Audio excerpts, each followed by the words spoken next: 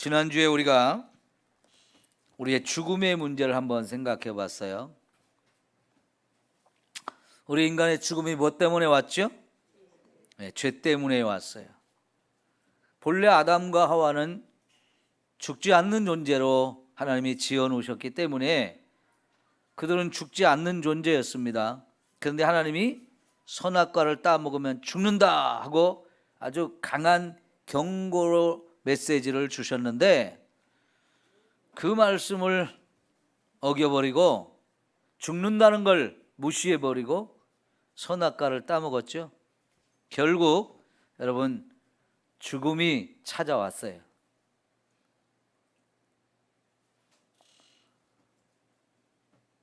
죽는다는 것은 영과 육이 분리되는 거라 그랬어요. 그죠? 영이 우리 몸을 떠날 때 몸은 죽은 거예요. 그런데 여러분 하나님이 사람의 생명이 어디에 있다고 그랬죠? 피 속에 있었다 그랬어요. 그 사람의 몸에서 영이 빠져나가면 그 생명이 떠나간 거예요. 그죠? 영이 빠져나가면 생명도 함께 하나님이 걷어가시는데 그러면 그 순간 인간의 피 속에 들어있던 하나님 주신 생명이 우리 몸에서 떠나가 버리는 거죠. 그러면 인간은 죽은 거예요. 그러면 여러분 살아있는 사람의 피를 우리가 뽑아서 자꾸 병원에서 이렇게 검사를 하죠. 그 피나 죽어있는 사람의 피에서 피를 뽑아가지고 검사를 하나 성분은 똑같습니다. 병원에서는요 죽어있는 사람의 피, 살아있는 사람의 피 별로 다르지 않아요. 똑같아요. 검사해보면 똑같아요.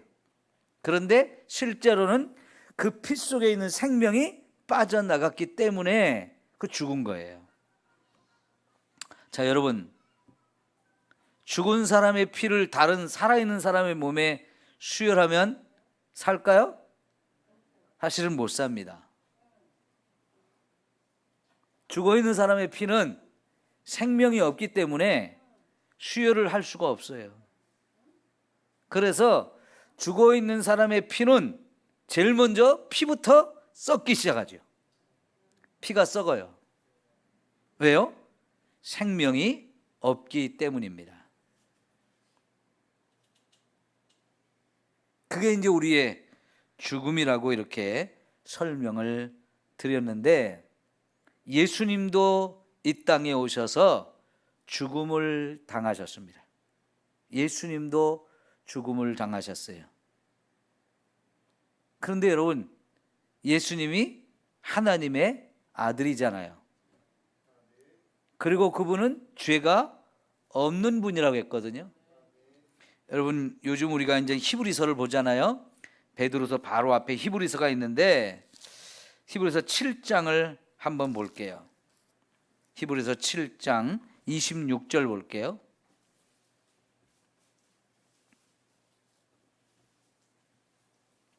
히브리서 7장 26절. 자, 다 같이 한번 읽습니다. 시작. 이러한 대제사장은 우리에게 합당하니 보세요.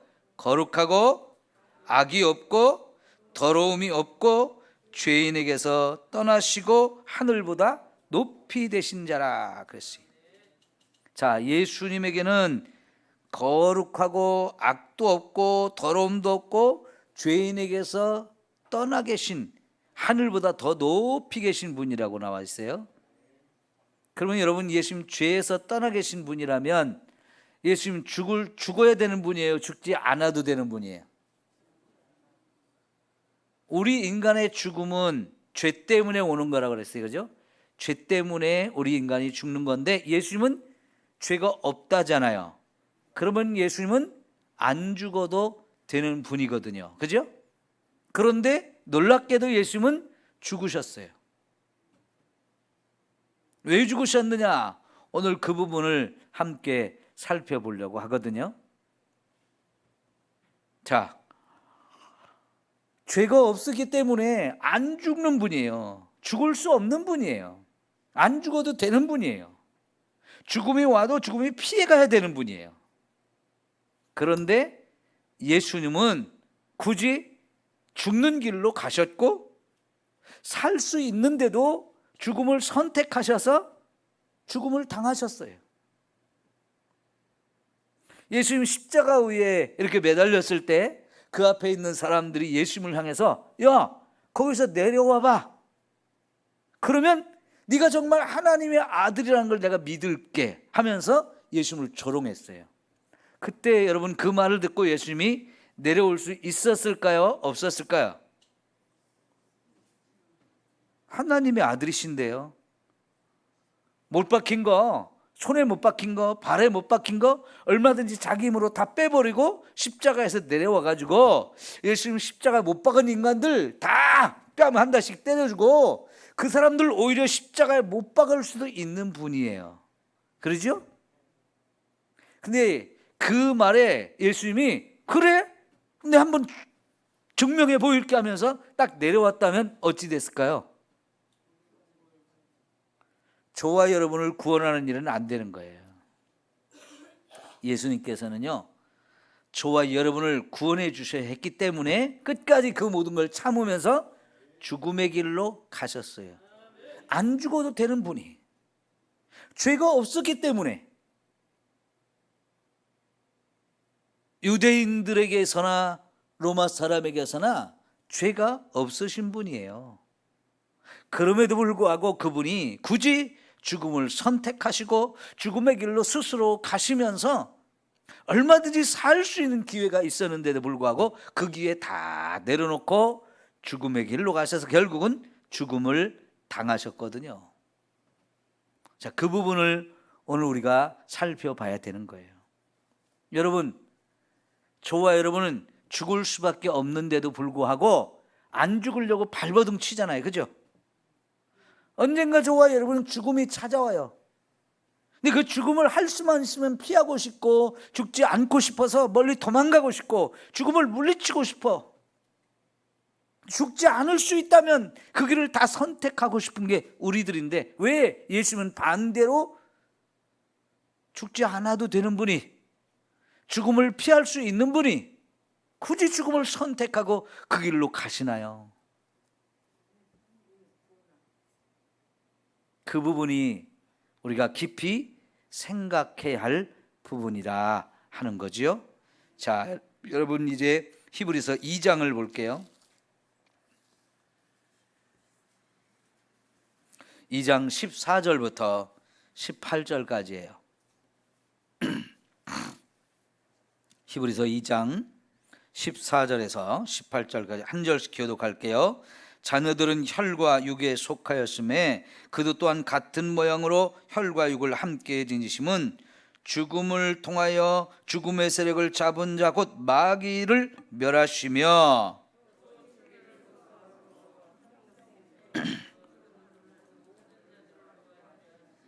이는 확실히 천사들을 붙들려 하심이 아니요 오직 아브라함의 자손을 붙들어 주려 하심이라.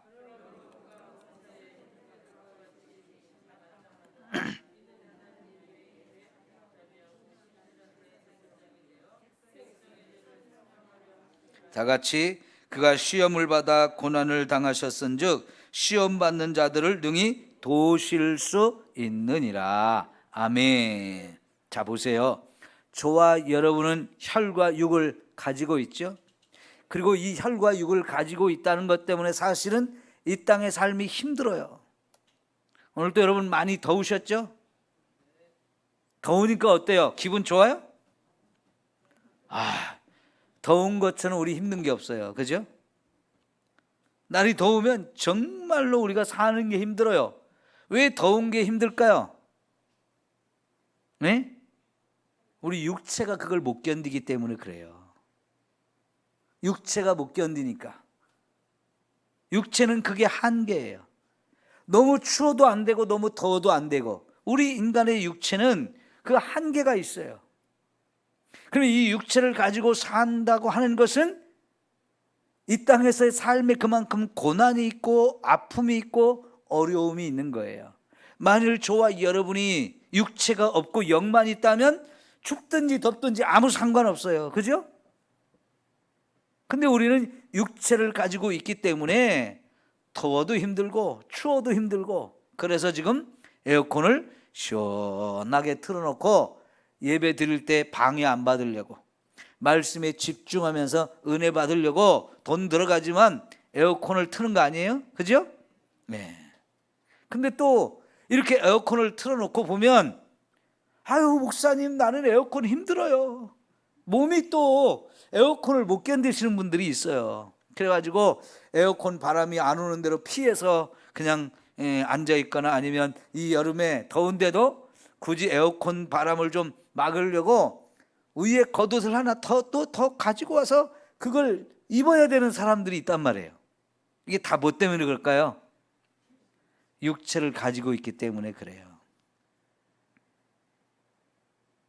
우리는 또 육체 속에 피가 있죠. 그래서 혈과 육을 가졌다 그랬는데, 문제는 우리의 이 피가 죄로 오염되어졌기 때문에 결국은 죽음이 찾아오는 거예요. 그래서 죽는 날 저와 여러분의 피 속에 있는 생명이 떠나가 버리게 되어져요. 이 육체를 가지고 있는 저와 여러분, 그래서 이 땅에 사는 것이 힘들고 어려운 게 한두 가지가 아니죠. 그런데 여러분, 놀랍게도 예수님이 하늘에서 우리를 구원하러 오실 때 우리와 똑같은 이 혈과 육을 가진 분으로 오셨다는 거예요. 왜 굳이 그렇게 해야 됐을까? 그분이 그냥 하나님의 아들, 육은 없는 영으로만 이 세상에 오시면 안 됐을까요? 에? 육체를 갖지 않고 영만 가진 분으로 이 세상에 오시면 저와 여러분을 구원할 수 없을까요? 충분히 할 수도 있었을 거예요. 그런데 말이죠, 예수님이 특별히 이 혈과 육을 가진 데는 몇 가지 중요한 이유가 있었어요. 첫째, 혈과 육을 가진 저와 여러분의 가장 큰 문제가 뭐냐? 두 가지. 하나는 죄고 하나는 죽음이에요.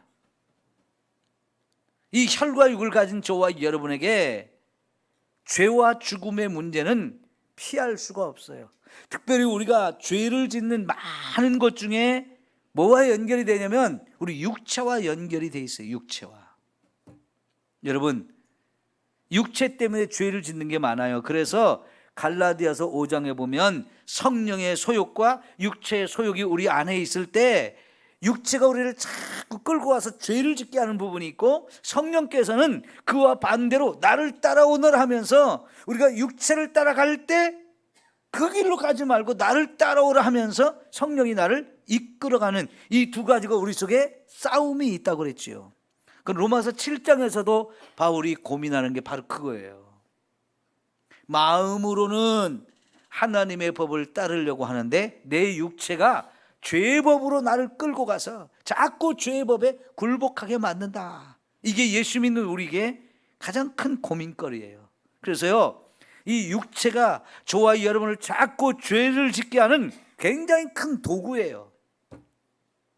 제가 밤이고 새벽이고 기도를 좀 많이 하려고 하면 제일 힘든 게 뭐냐면 잠하고 싸우는 일이에요. 잠하고 싸우는 일. 여러분, 왜 자야 돼요? 육체가 잠을 요구해요. 왜? 육체는 잠을 자면서 그 시간 쉬어야 돼요. 24시간 깨어 있을 수가 없어요. 젊은 사람도 24시간 깨어 있으면, 잠을 안 자고 깨어 있으면 결국은 피곤하니까 견디지를 못해서 잠을 자야 되거든요. 그죠? 근데 이 잠을 뭐가 요구하는 거예요? 육체가. 그래서 육체는요, 좀 더 자자, 좀 더 졸자, 그러면서 자꾸 자야 된다고 막 요구하는데, 여러분, 우리 육체가 요구하는 대로 자꾸 잠을 자버리면 어떻게 돼요? 잠언에서 뭐라고 그랬어요? 빈궁이 도적같이 온다 그랬어요. 잠자는 걸 즐기는 사람은 가난해질 수밖에 없다는 거예요. 그건 육신의 삶에만 그런 게 아니고 영적으로도 똑같아요. 그래서 우리가 깨어서 기도하려고 하면 잠을 줄이면서 잠과 싸워서 이겨야 기도 시간이 더 많아지고 더 많이 기도할 수가 있기 때문에 기도하는 사람은요 절대적으로 잠과 싸워야 됩니다. 그래서 제가 어떤 때는 밤 기도를 못하고 졸려가지고 자다가 하나님이 깨워주시면 그때 일어나서 가야지 하고 잡니다. 그럼 어떤 때는 1시 좀 넘어서 깨워주시기도 하고 2시 넘어서 깨우기도 하시고 3시 넘어서 깨워주기도 하시는데, 여러분 1시 하나님이 깨워주시잖아요. 새벽 예배 가려면 아직도 멀었는데 그렇게 계산을 하잖아요. 그러면 좀 더 자자 그래요. 그런데 여러분 하나님이 깨워주신 시간, 새벽 예배 갈 시간이 아직 멀었지만 이 시간에 하나님 나를 깨워주시고 성령이 인도하시는 시간이구나 하고 벌떡 일어나면요 잠을 이기고 기도할 수 있어요. 그런데요 아이고 이놈의 육체가 좀 더 자자, 좀 더 졸자, 이걸 자꾸 나한테 요구해요. 그럴까? 그러면요 1시간 금방 지나가요. 잠자는 거 2시간 금방 지나가요. 눈 감았다 뜨면 1시간 지났고 2시간 지났어요.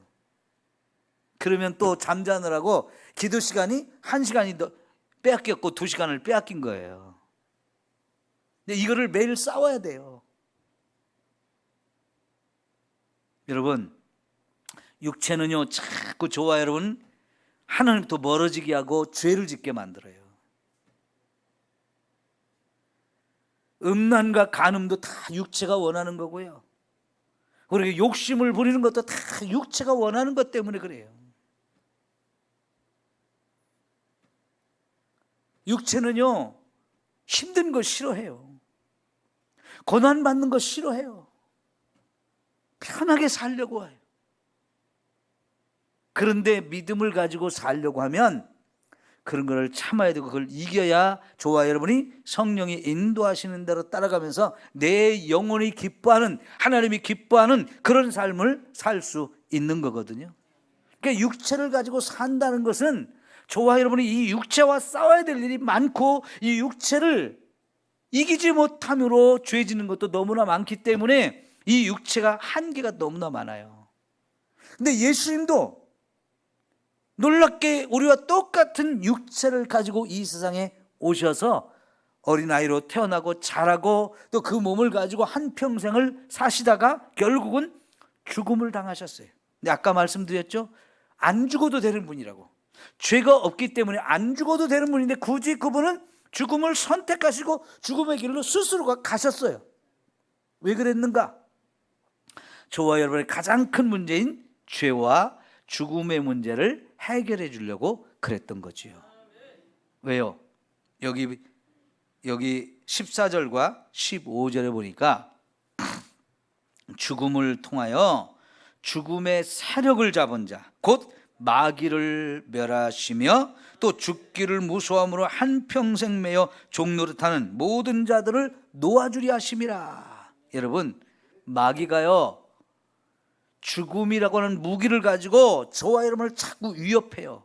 너 죽여버린다 하면서 위협하면 우리 인간은 죽는 게 무서워서 아이고 살려주세요 살려주세요 하면서 하라는 대로 다 하겠습니다. 이게 우리 인간의 모습이에요. 네? 왜요? 죽음을 그만큼 무서워하는 거예요. 그래서 마귀는 이 죽음이라고 하는 무기를 우리에게 사용해서 너 죽여버릴 거야 하면서 자꾸 우리를 위협하고요, 하나님 믿지 못하게 하고 마귀가 원하는 대로 하게 만들어요. 이게 우리 죽음 앞에서 우리의 인간의 연약한 모습이에요. 우리 인간은 언젠가 죽을 건데도 죽인다고 하면 무서워요. 그러니까 여러분 사형장으로 끌려가던 이 마지막 사형수가 계단을 올라가다가 걸려서 넘어질 것 같은 그 상황 속에 아이고 하마터면 죽을 뻔했네 그런 데잖아요. 죽으러 가면서도 죽는 걸 두려워하는 거예요. 그냥 막 오금이 저려가지고 덜덜덜 떨면서 다리에 힘이 빠져가지고 걷지를 못하고 오줌을 질질 싼대요. 왜? 죽는 게 무서워서요. 인간은 그렇게 죽음 앞에 다 두려워합니다. 그걸 알고 마귀가 너 죽여버린다 하면서 우리를 위협하면 인간 꼼짝 못해요. 그래서 예수님께서 스스로 죽음의 길을 가셨는데, 놀랍게도 그 방법을 통해서 자기가 죽어주면서 결국은 죽음을 이기셨어요. 죽음을 이긴 게 뭐예요? 부활.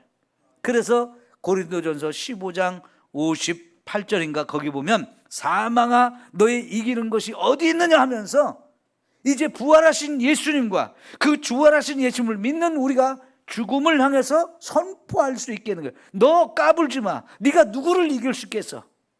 네가 아무리 공격해도 이제 우리는 꼼짝도 안 한다.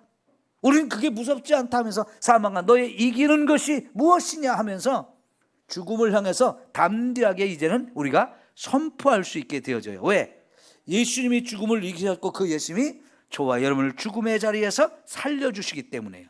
그러니까 예수님의 죽음의 첫 번째 목적은 저와 여러분의 죽음의 문제를 해결해 주신 거예요. 그래서 더 이상 우리가 죽어도 다시 살아날 수 있는 부활의 은혜를 주시기 위해서 예수님이 죽으셨어요. 그리고 또 하나, 이 죽음을 무기로 삼고 있는 마귀, 그놈이 그 강력한 무기를 딱 깨트려 버리니까 더 이상 우리를 위협하지 못하게 돼요. 그래서 예수님은 마귀를 멸하러 오셨다. 죽음을 가지고 저와 여러분을 공격하고 저와 여러분을 힘들게 하는 이 마귀를 멸하려고 오신 분이다 하는 거예요. 그리고 이제 여러분 17절 봐요. 그러므로 그가 범사의 형제들과 같이 되심이 마땅하도다. 이는 하나님의 일에 자비하고 신실한 대제사장이 되어 뭐 하려고요? 백성의 죄를 속량하려 하심이라. 예수님이 십자가에 죽으셨던 가장 큰 이유가 여기에 있어요. 저와 여러분의 죄 문제를 깨끗하게 해결해 주려고 십자가에 죽음을 당하신 거지요. 그런데 여러분, 이왕이면 예수님이 죽을 때 좀 안 아프게 죽는 방법 없었을까요? 힘들지 않게 죽는 방법 없었을까요? 여러분, 세상에는 사실은 알고 보면 사람 죽는 일이 죽을 수 있는 방법이 너무나 많아요. 근데 어떤 방법은 우리가 인간의 고난을 조금밖에 느끼지 않고 쉽게 죽을 수 있는 방법도 엄청나게 많아요. 그런데 이상하게 예수님은 죽을 때 죽으면서도 가장 고통스러운 방법으로 죽으셨어요.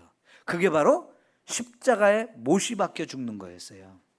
사람이 사람을 죽이는 방법 중에 가장 고통을 심하게 주는 게 이 십자가에 못 박혀 죽이는 거예요.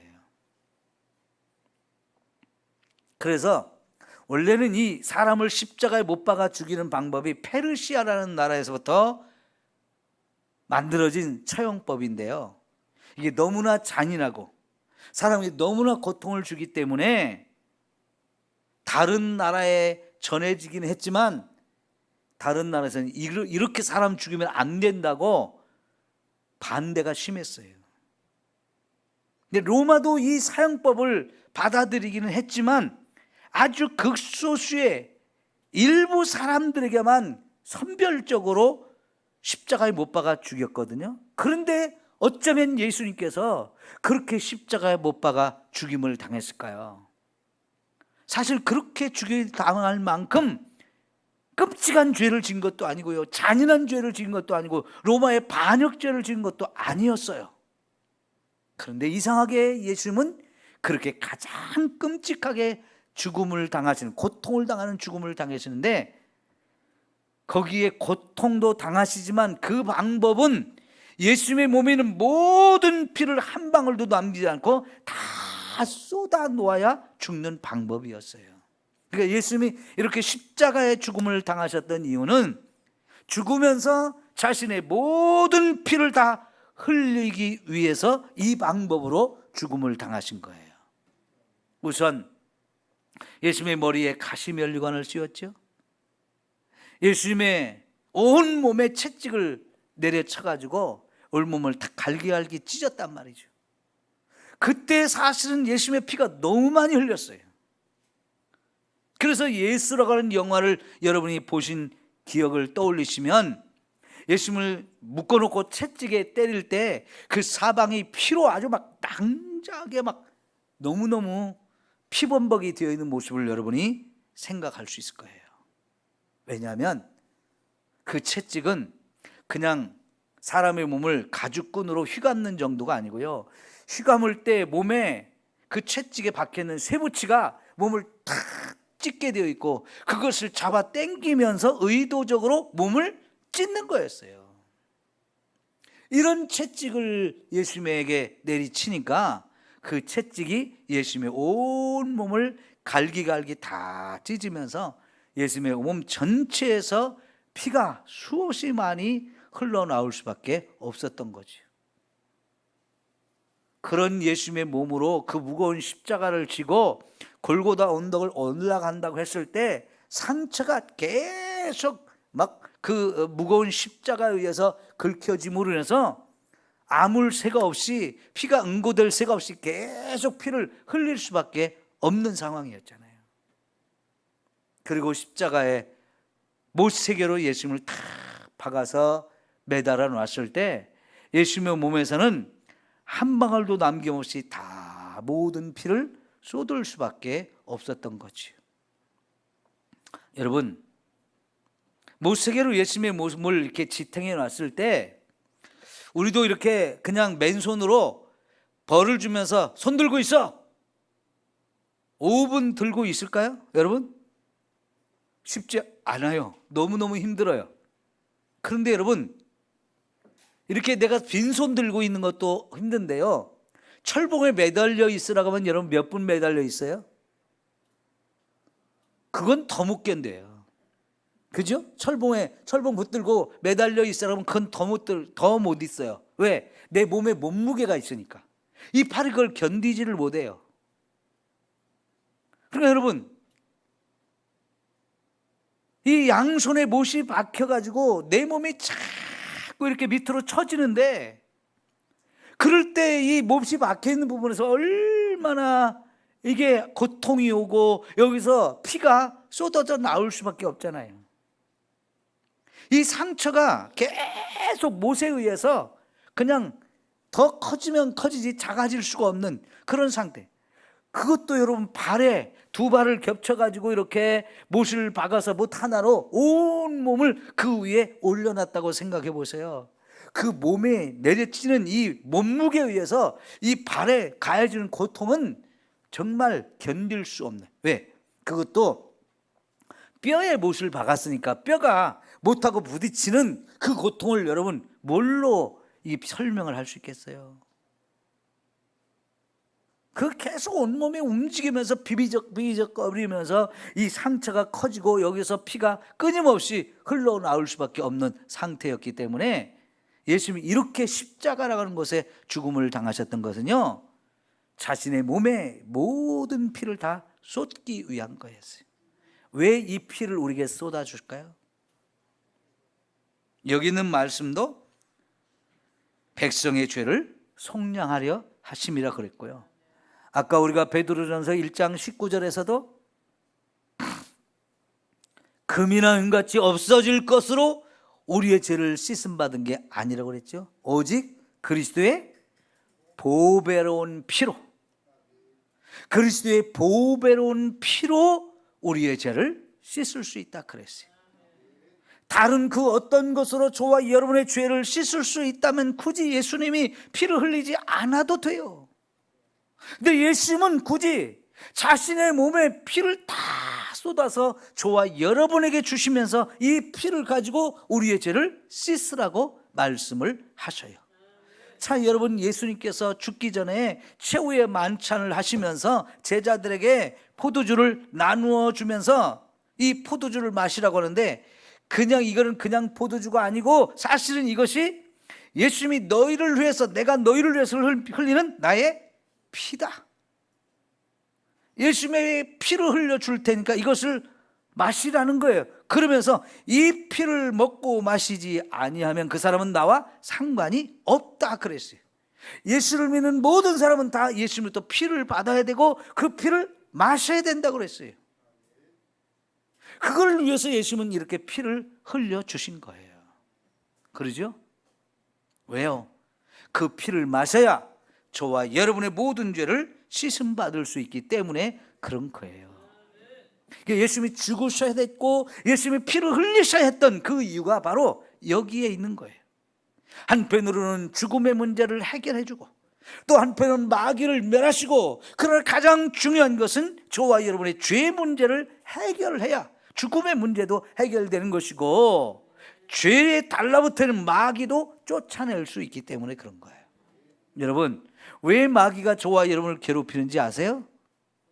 우리가 죄인이기 때문에 그런 거예요. 마귀는 죄를 그렇게 좋아해요. 제가 똥파리 얘기를 자꾸 하잖아요. 똥파리가 뭘 좋아한다고요? 똥을 좋아해요.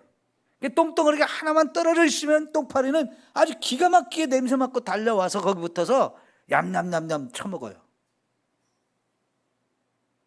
근데 이 똥파리 쫓아봐야 금방 또 오고 금방 또 오고.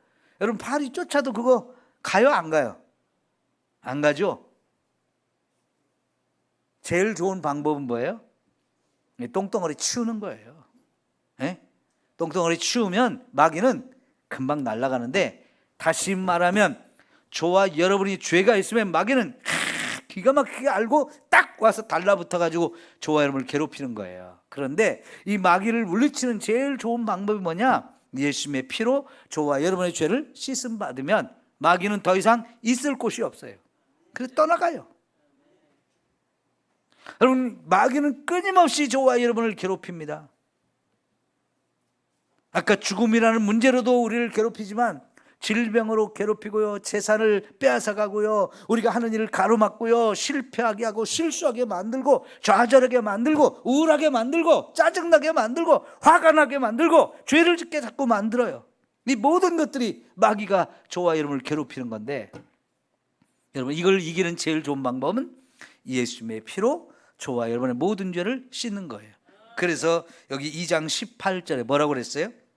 그가 시험을 받아 고난을 당하셨은즉 시험 받는 자들을 능히 도우실 수 있느니라.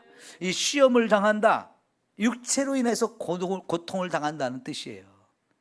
육체로 인해서 예수님도 고난을 많이 겪었어요. 그래서 육신을 가지고 사는 저와 여러분, 뭐가 힘든지, 뭐 때문에 이렇게 힘들고 뭐 때문에 이렇게 고통을 받는지 너무나 잘 아시는 분이기 때문에 우리가 이거 고난받는 걸 주님 보시고, 내가 너 고통받는 거 알아, 마귀가 너를 힘들게 하는 거 내가 아는데 내가 도와줄게, 내가 그 문제 해결해 줄게 하시면서 저와 여러분을 함께 해줄, 이 모든 걸 해결해 주려고 그분이 굳이 하나님의 아들인데 사람의 몸과 이 피를 가진 분으로 이 세상에 오셨다는 거예요. 그래서 예수님의 피를 우리가 아까 보배로운 피라고 그랬죠. 보배로운 피. 여러분, 아까 부른 찬송 여러분 기억하십시오. 주의 보혈 능력이 또다, 주의 피 믿으오, 주의 보혈 그 어린 양의 매우 귀중한 피로다.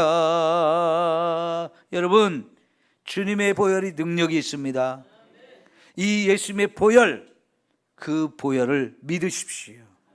그리고 그 보혈을 우리가 믿음으로 받아서 우리는 예수 믿을 때 그 보혈을 마신 사람들이에요. 그리고 그 보혈로 우리의 죄를 씻음 받은 사람들이에요. 지금도 그 예수님의 보혈이 살아있는 피이기 때문에 얼마든지 우리가 믿음으로 그 예수님의 보혈을 취해서 우리가 죄를 짓고 나면 또 회개하고 씻음 받고 회개하고 씻음 받는 이 일을 끊임없이 계속해야 돼요.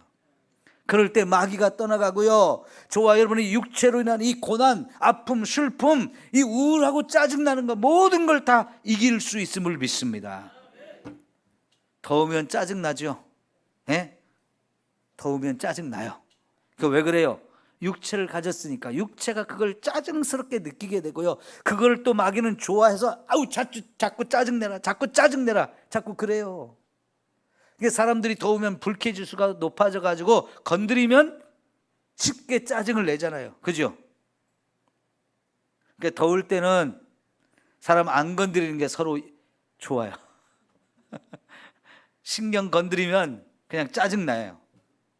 특별히 집에서 부부간에 괜히 짜증나게 건드리지 마세요. 그런데요, 하나님을 믿는 사람들은 이런 가운데서도 보혈의 능력으로 이것을 이길 수 있습니다. 그럴 때 자꾸 예수님의 피를 선포하면서 이 더위를 통해서 나를 짜증나게 만드는 이 악한 영들은 떠나가라.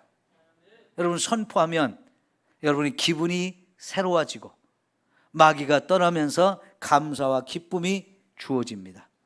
그게 더위를 이길 수 있는 가장 좋은 방법이기도 해요. 여러분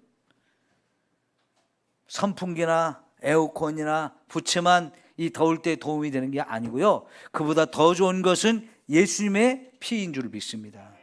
예수님의 피를 믿으세요. 자, 여러분 출애굽기 12장 13장에 보면 애굽의 유월절 사건이 나와요. 하나님이 애굽에 10가지 재앙을 내려는 마지막 10번째 재앙이 모든 장자들을 죽이는 거였는데, 그 장자들을 살리기 위해서 하나님은 이스라엘 백성에게만 비밀을 가르쳐 줬는데, 오늘 밤 너희 가족 모든 식구들을 위해서 어린 양을 잡아라. 그리고 그 양을 잡을 때 피가 흘리면 그 피를 가지고 너희들이 사는 집에 문 설주와 좌우 인방에 발라라. 그러면 오늘 밤 죽음의 천사가 너희 집에 들어가서 너희 장자를 죽이려고 할 텐데, 그 천사가 와서 피가 문에 있는 걸 보면, 피를 볼 때 내가 넘어가리라 그랬잖아요. 뭘 볼 때요? 피를 볼 때. 그 피는 누구의 피예요? 어린 양의 피예요. 근데 그 어린 양이 누구예요? 예수님의 피예요.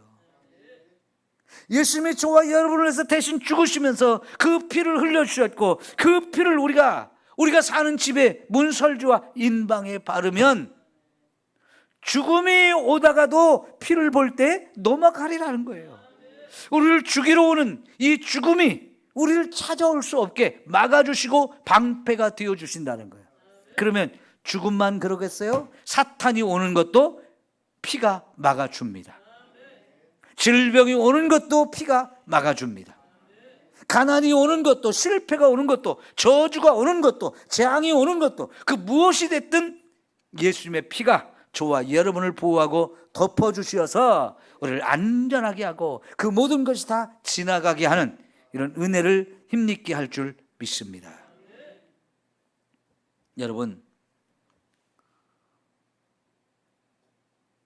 캐나다에 살다가 돌아가신 유명한 목사님이 있는데요, 그분은 예수님의 피의 능력을 너무나 많이 경험했고 그 예수님의 피의 능력을 알았기 때문에 예수님의 피에 대한 설교를 참 많이 하신 분인데, 그분이 캐나다에 오기 전에 영국 런던에서 2차 대전 때 사셨대요. 근데 2차 대전 때 독일이요, 매일 영국 런던으로 비행기를 보내서 수없이 많은 폭탄들을 떨어뜨려 가지고 이 영국 런던이 막 초토화가 됐어요.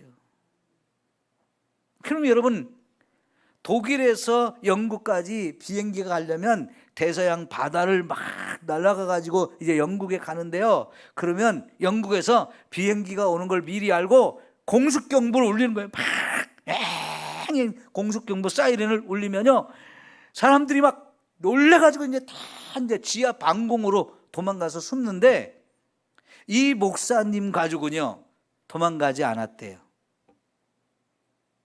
도망가지 않고 그 순간 기도하는 거예요. 예수님이 십자가에 흘리신 피로 우리가 사는 이 집에 뿌리고 덮습니다.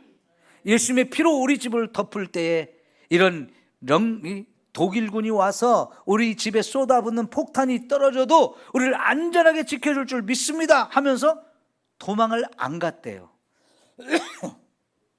여러분, 이 영국 런던에 그 당시에는 예수님을 믿는 사람이 많았어요. 예수를 믿는다고 다 이 피의 능력을 아는 게 아니에요. 많은 사람들이 공습경보가 울리면 막 도망가 숨기에 바빴어요. 지하 방공으로 도망가 숨기가 바빴는데, 이 목사님 가족들은 딱 공습경보가 울리면 집 안으로 들어와서요 예수님의 보혈로 뿌리고 덮는 기도를 하면서 편안하게 잠을 잤대요. 이게 옛날 꾸며낸 얘기가 아니에요. 실제 사건이에요. 어떤 날은요, 자고 일어나서 이렇게 살펴보면 자기 집에서 500m 이 사방으로 500m 안에 폭탄이요 몇백 개가 떨어졌는데도 자기 집은 끄떡없더라는 거예요. 그걸 어떻게 보호를 받았겠어요? 예수님의 피로 덮을 때 그런 보호를 받았다는 거예요. 이게 예수님의 보혈의 능력을 믿지 아니하면 그 사람들도 도망갈 수밖에 없잖아요. 방공으로 도망가야 되는데 왜 도망 안 가고 그냥 자기 집에 있는 거예요. 그런 가운데서도 왜 편안하게 잠을 잘 수 있는 거예요? 예수님의 피의 능력을 믿으니까 그래요. 이 출애굽기 12장 13장에 나오는 그 피를 문설주와 인방에 바르면 죽음의 천사가 왔어도 넘어간다고 하는 이 말씀을 믿기 때문에 피가 그들을 보호하잖아요. 죽음이 넘어오지 못하라고, 우리 집한테 들어오지 못하도록 그 피가 그걸 보호해주고 막아주잖아요. 그걸 믿었기 때문에 그 목사님과 가족들은요 항상 공습병보가 울리면 그 기도를 했대요. 그래서 결국은 2차 대전이 끝날 때까지 그들은 한 가족 중에 한 사람도 다친 게 없고 상처난 것도 없이 안전했대요. 물론 가끔은 유리창이 깨진 적은 몇 번 있대요.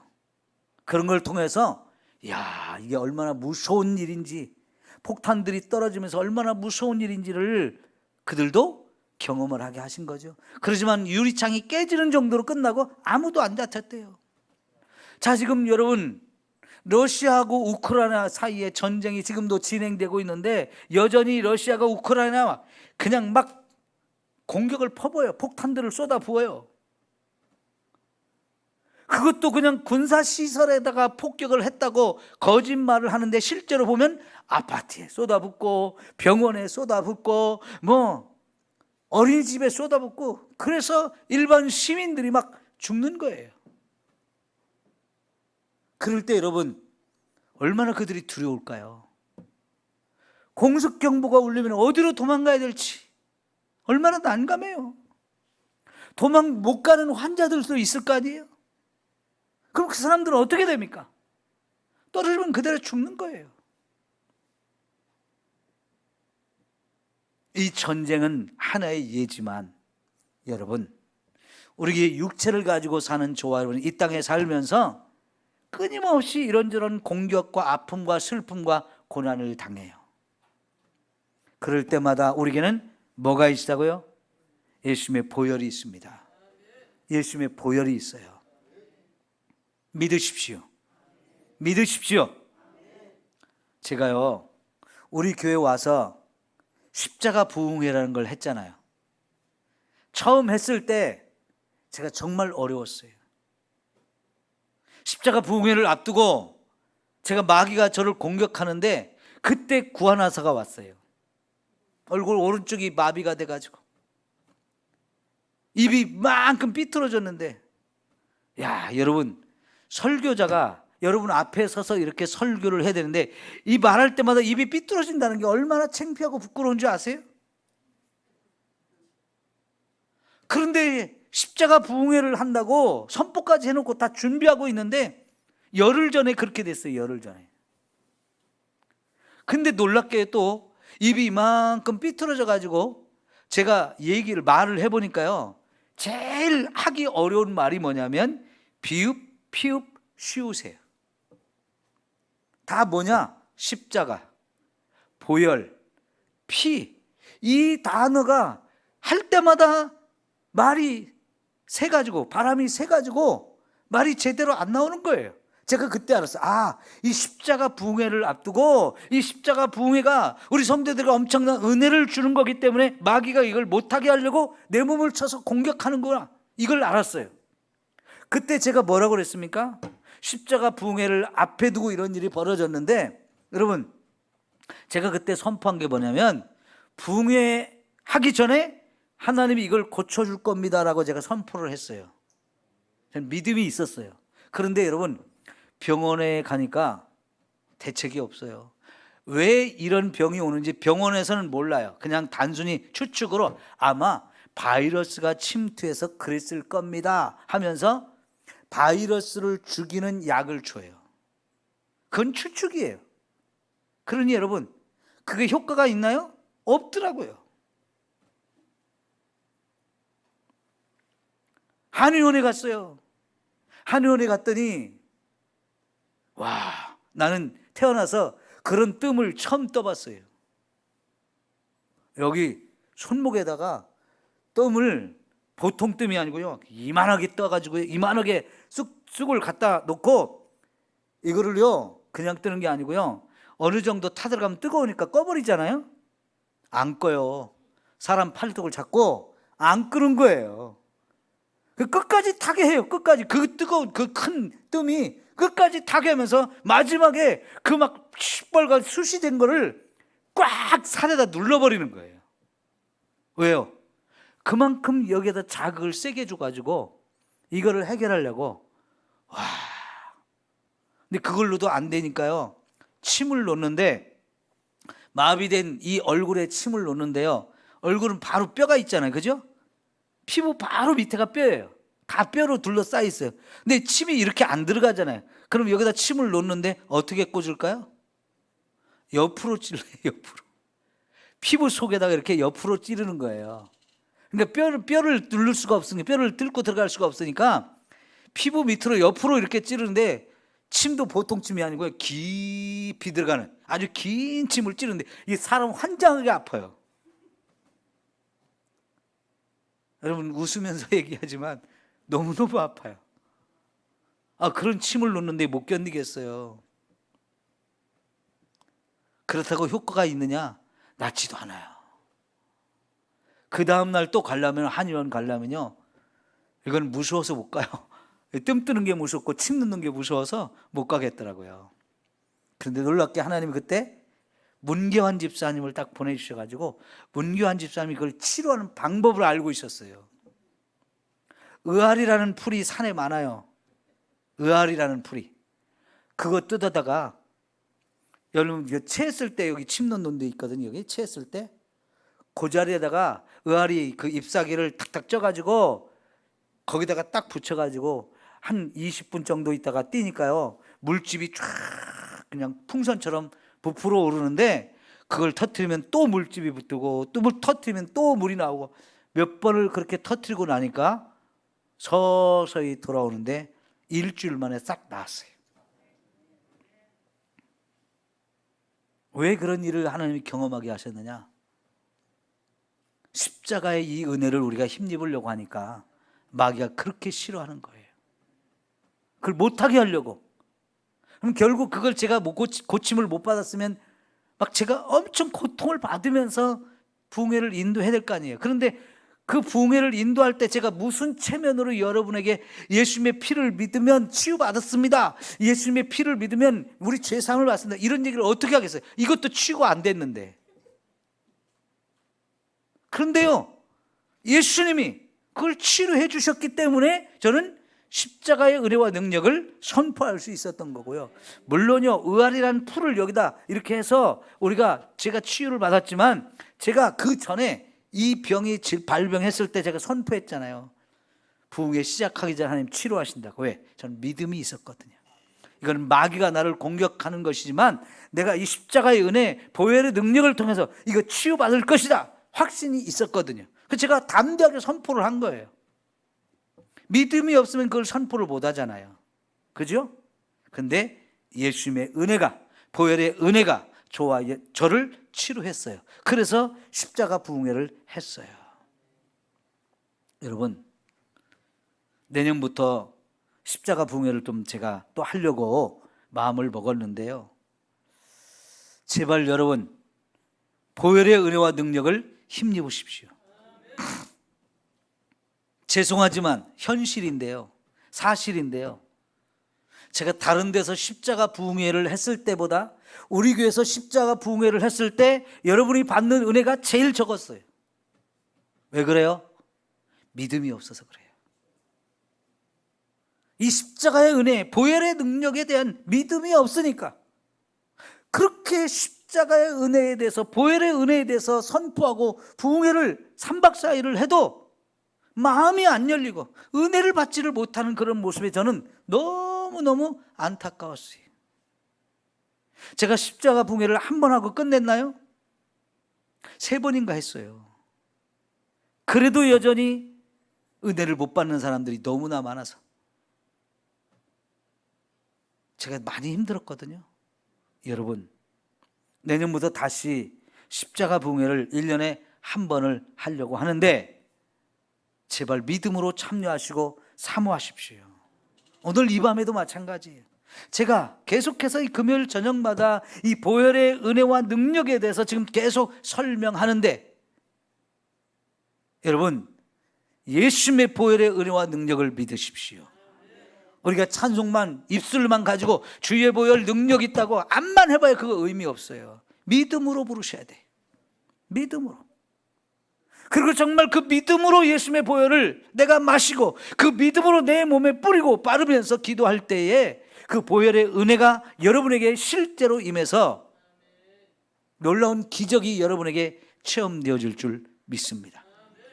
철저한 회개의 문이 열려지게 되어지고 그 회개를 통해 우리 죄가 다 씻음받게 되고 질병도 치유되고 그 치유되지 못할 병이 없어요. 귀신도 다 떠나가서 귀신이 여러분을 괴롭게 하고 힘들게 하는 거 다 해결되어져요. 네? 우리 삶의 실패와 또 좌절과 실수들을 통해서 우리 힘들게 하는 그 모든 문제, 막혀진 문제들이 다 해결되어지는 이 아름다운 은혜가 저와 여러분에게 놀랍게 임할 줄 믿습니다.